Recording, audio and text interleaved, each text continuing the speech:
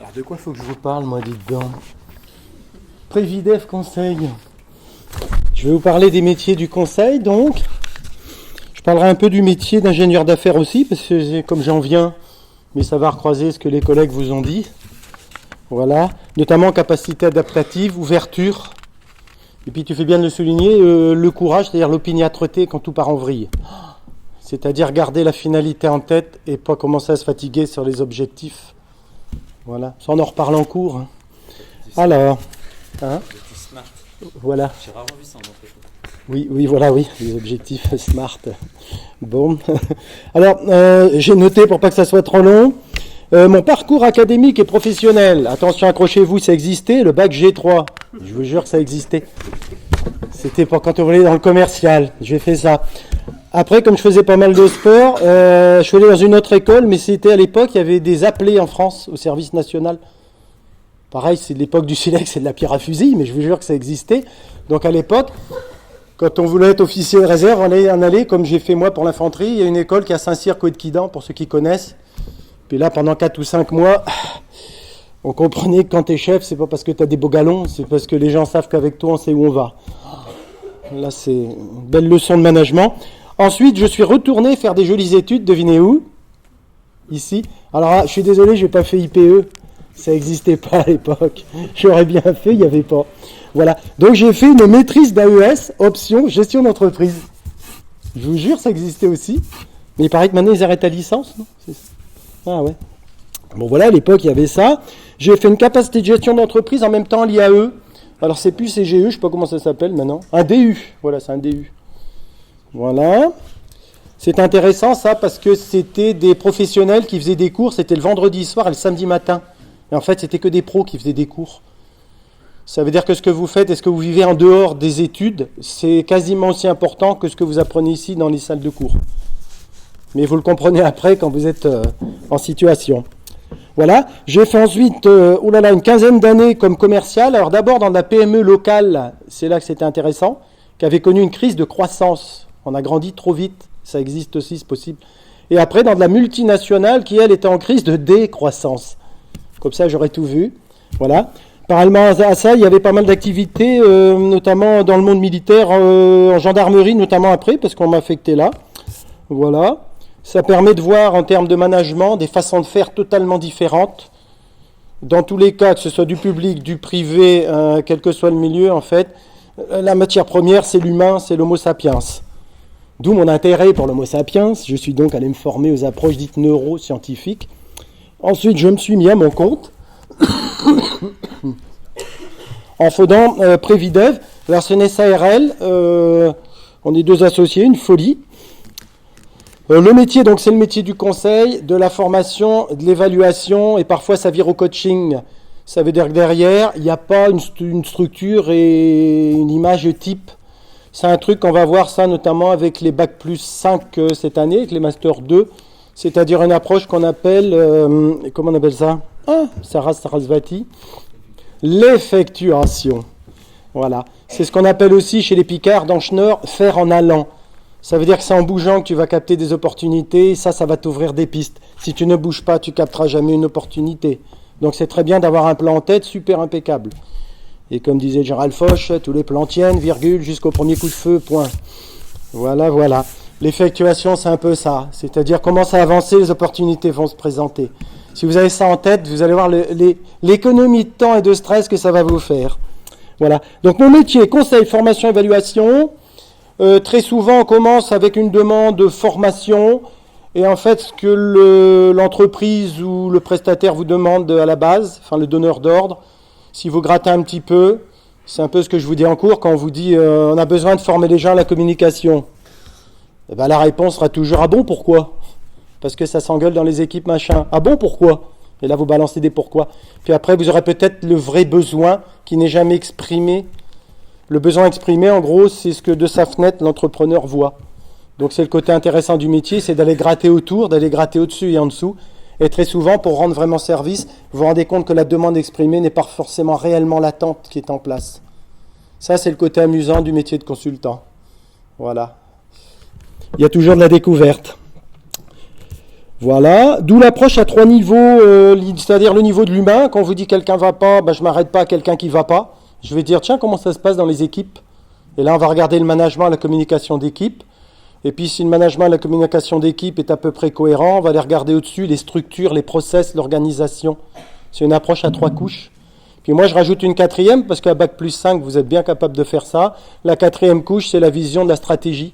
C'est-à-dire être capable de comprendre, analyser un contexte dans lequel une structure va se mettre en place. Et hop, 4 niveaux. Amusant, hein? Voilà. L'approche stratégique, logiquement, ça c'est votre avantage énorme dans ces formations-là. C'est que vous, c'est pour ça que ça râle sur les cours théoriques des fois, vous êtes capable en sortant d'ici d'analyser stratégiquement le fonctionnement d'une organisation. Les gens qui sortent des écoles qui appellent la formatage, ils sont excellents sur des méthodes auxquelles ils ont été formatés, parce que c'est étude de cas sur étude de cas. Par contre, quand on leur dit « mais pourquoi tu utilises ça et pas autre chose ?», là, il y a un grand blanc. Voilà. Bon, vous n'avez pas ce problème. Même si la théorie, d'après ce qu'on m'a dit, ça fatigue, c'est tous les ans le même truc. Pourquoi il y a de la théorie ? Il y a de la théorie, mais tu ne comprendras pas pourquoi dans ta première année de travail, tu comprendras pourquoi au bout de 4 ou 5 ans de travail. Parce que toi, tu as appris à apprendre et tu as appris à replacer les choses dans son contexte. Quelqu'un qui est formaté à des méthodes, il a appris à mettre en œuvre une méthode. Voilà. Ça, c'est la différence. Mais ça, vous le découvrez après quand vous bossez ça. Là, on vous l'explique. Après, vous le verrez à l'usage. Voilà. Que vous racontez d'autre ? Qualité, compétence, capacité adaptative. Ça, c'est chaque fois, on vous met le paquet là-dessus. De l'ouverture. Et le fait de se dire, moi, c'est un peu le principe, c'est chaque jour, il faut que je me couche moins bête que je me suis levé. Vous voyez le truc ? C'est bête, hein ? Voilà. Par exemple, là, j'ai le bouquin de Davidson, Richard Davidson. Je me dis, si tu as un moment, tu te remets dedans. Richard Davidson, on en parlera en cours. C'est les styles émotionnels. Ça calme, hein ? Mais c'est pas aujourd'hui, c'est pas là. C'est pas là. Voilà. Donc, en gros, si vous avez envie d'apprendre et de vous coucher tous les jours moins bête que vous êtes levé, le métier de consultant il est intéressant parce qu'il n'y a jamais 2 cas identiques. Ça, et puis chaque fois qu'on projette, au moment où on se met à avancer, il ne se passe jamais ce qu'on a prévu. C'est pour ça que je vous mets le paquet sur les capacités adaptatives en environnement complexe, on appelle ça. Voilà. Ce qui me passionne dans le métier. Alors ce qui me passionne moi, je ne vais pas vous en parler trop parce que c'est peut-être pas ce qui va passionner une autre personne. Ça, c'est ce qu'on voit avec les Bac+5 en IPE2, c'est-à-dire qu'il y a un lien à faire entre votre personnalité, les moteurs motivationnels profonds liés à votre personnalité et l'activité que vous allez construire. Si ça, c'est en cohérence, il n'y a pas stress. S'il y a un décalage là-dedans, il y a stress. Et ça peut aller jusqu'au burn-out.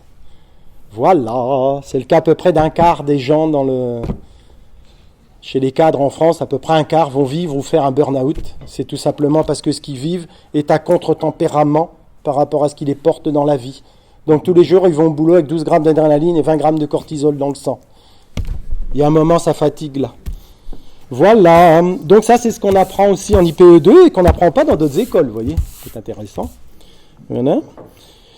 Ce qui me passionne, alors pour ma partie, mais lié à la personnalité, donc ça peut être pour moi, mais pas pour d'autres, moi c'est apprendre et transmettre. C'est ce que j'ai appris, le transformer et transmettre. Et pour transmettre, il faut activer les capacités qu'on va appeler d'empathie, notamment d'empathie cognitive. Empathie cognitive, vous tapez ça sur Internet, vous avez un cours de Jean de Setti. C'est un prof qui vient de Caen là et qui enseigne à Chicago actuellement, qui est un spécialiste mondial dans le domaine.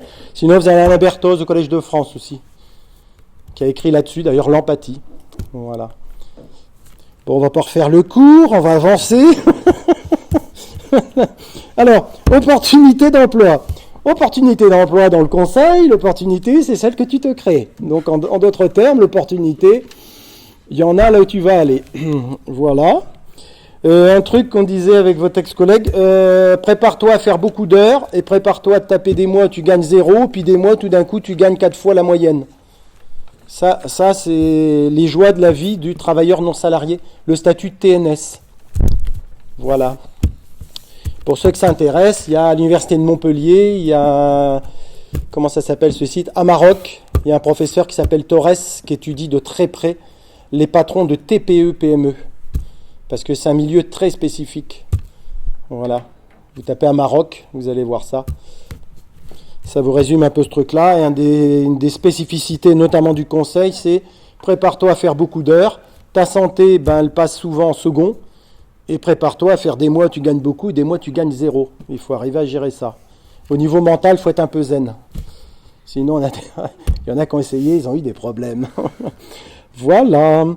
Opportunité d'emploi. Moi, je vais surtout vous parler de... C'est pas mal d'aller se faire la main dans les entreprises, notamment ce que j'appelle la logique d'intrapreneur. Quand vous, quand vous êtes formé en IPE2 ici, vous sortez avec une logique d'intrapreneur. Dans les grandes entreprises, on aime beaucoup ça. Attention, dans les grandes entreprises, je mets entre guillemets, parce qu'il y a des grandes entreprises où plus vous êtes formaté et cloné, plus on vous aime beaucoup. Voilà. Mais dans les entreprises, notamment, on a besoin d'expansion de développeurs d'affaires. Effectivement, on va vachement aimer ces profils-là. Intrapreneur, ça veut dire je sais à quoi on veut arriver, je prends les choses en main et je vais contacter les collègues, le réseau, et je vais initier des projets, faire avancer le projet, et ensuite faire signer, mettre en place le résultat du projet. Vous voyez le truc? Voilà. Ça, c'est les joies de la vie de développeur d'affaires. Voilà. Effectivement, comme disait votre collègue, le mot vente et le mot commerce, tout le monde le fait disparaître. Ça me fait rire, parce que c'est quand même ce qui amène la croûte, hein, mais bon, voilà. Donc derrière, effectivement, quand on vous parle d'un poste, regardez bien, demandez à rencontrer quelqu'un qui est déjà dans ce type de poste. Pourquoi celui qui était là avant, il est parti? Des fois, c'est intéressant. Demandez pas celui qui vous recrute, demandez aux gens qui sont à côté. Et derrière, demandez une vraie description du poste. Parce que ça peut être beaucoup plus chargé de projet, chef de projet, ou alors ça peut être ce qu'on appelle nous les hunters dans la vente B2B. Le hunter, c'est quelqu'un qui va initier une affaire, c'est-à-dire qu'il va aller là où il y a problème, il faut faire bien exprimer le problème, une fois que le problème est bien exprimé, on va initier le projet, pousser le projet, faire signer et le mettre en œuvre. Vous voyez le truc? Il y a des gens qui sont plutôt pas hunters, mais dans un profil qu'on va appeler farmer dans la pratique commerciale. On leur remet une liste avec des comptes qui sont déjà bien gérés et suivis, et eux doivent fidéliser ce compte et agrandir la présence sur le compte. Ça, c'est déjà un peu plus calme, moins agité que moi, mais ça existe. Hein. C'est des gens qui aiment un peu plus les routines, comme on disait tout à l'heure. Voilà. Mais si la routine vous branche, n'allez pas dans les métiers commerciaux. Voilà. Sinon, hein, on peut dire ça comme ça. Hein. Voilà, que vous dire d'autre? C'est le réseau, les connaissances, ouais, prospection directe, le réseau, les connaissances, et puis comme on dit chez moi, faire en allant, hein, donc c'est vraiment la logique d'effectuation qui fait qu'on peut avancer dans ce boulot-là. Donc c'est très bien que ça a été mis par écrit et que ça a été synthétisé. Vous voyez le truc? Est-ce qu'il y a des questions?